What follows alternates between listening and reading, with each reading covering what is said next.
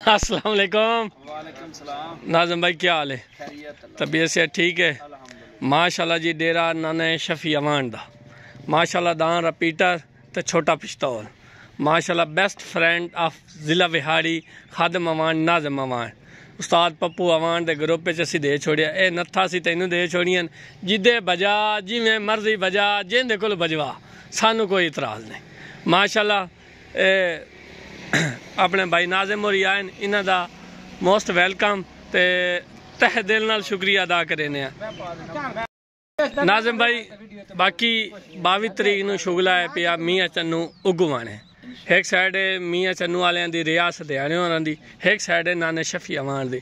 असी मियाँ ओदी सोटी भी तेरे हथ विच देंदे पए हां जिवें एक प्यार मुहब्बत नाल जिवें शुगला बईदा ना चंगा चंगा करके अवाम नूं शुगल विखावना जिन्नू चस आवे। माशाल्लाह अगली गल तुसीं आप कर।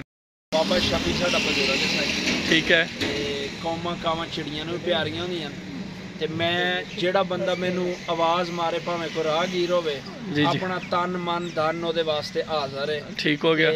जित हार मेरे अल्लाह ने देनी है, ठीक है। ओदे फैसले सोहने रब कोल ने, लेकिन साडी जिंदगी पूरी जिंदगी दे विच साडी नीयत च इंशाअल्लाह एक वाल जिन्ना फर्क ना आएगा ते इंशाअल्लाह अल्लाह पाक दा फरमान है सच्चे बंदे नू ते मुखलस बंदे नू अल्लाह पाक रंग लांदा।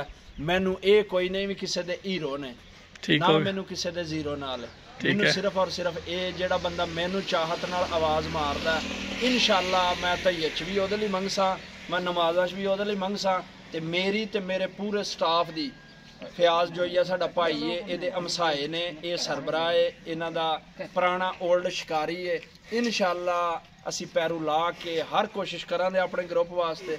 अल्लाह पाक इंशाअल्लाह इस कोशिश दे सदके सानू नवाजेदा, शैतान दे शर तो दुश्मन दे वार तो महफूज रखेगा। पाकिस्तान जिंदाबाद।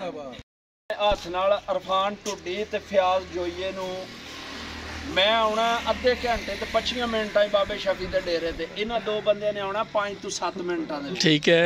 ते अशबाब जोड़ा दांदा दा नाना शफी अवान दा बेस्ट ग्रुप नाल शामिल हो गया है। शामिल जिंदगी रवे नाना शफी दे दांद बेस्ट ग्रुप जी कम भाई सर इंशाल्लाह ओके हो गया।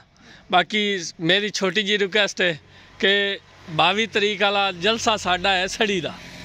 नाज़िम भाई अवाम नू शुगल भी खावना ते नाने नू चस आवे कि अवान खेडन आया है। भाई जान गल है भी जदों उस आख्या ना या तू आख्या भी 22 तरीक वाला जलसा तू खेडना जी वो तो गल्लां ही मुक गईयां ना। जे धार मेरे अल्लाह कोल, लेकिन हर ऐलान च हर डंगर जोन दे विच इंशाअल्लाह तुहानू हर शै वाज़े नजर आसी बई मज्जां नू डुबड़ा मेहना ते घोड़ियां नस्तियां अपनी शर्मा नू। ओके हो गया साईं, दुआ मंगो साईं।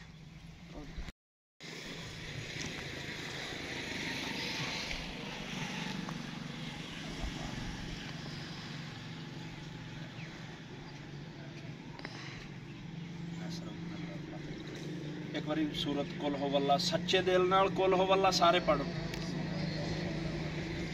कलाम पाक पढ़ी, इस कलाम पाक दे सदके इस कलाम पाक दे तवस्सल नाल सानू सारिਆਂ ਨੂੰ एक दूए नाल ईमानदारी नाल रहन दी तौफीक दे। या अल्लाह पाक जिथे मैं जोड़े चाहां ये ना करन ते जिथे ये आखण उत्थे मैं तन मन धन कोई शै ना रखां।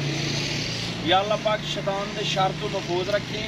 असी शुक्र वास्ते हाथ उठाए या अल्लाह पाक सानू शुक्र करन दी तौफीक दे।